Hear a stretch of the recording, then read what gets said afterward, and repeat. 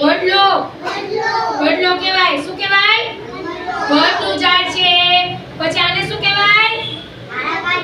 આને શું કહેવાય? ધાણાભાજી એટલે કોથમરી. ઓકે, કોથમીર એનું એ ઝાડ છે મસ્ત. જો આને શું કહેવાય? લીમડો.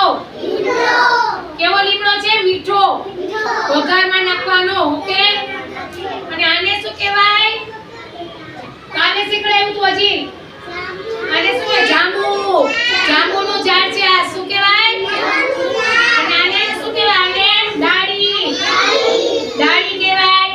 આને પાંદડા કહેવાય. શું કહેવાય ને? પાંદડા. અને આને ડાળી કહેવાય. સરસ. અને આને શું કહેવાય? કોથમીરના પાંદડા. આ કોથમરીના પાંદડા છે. આ એની દાળ છે. દાળ.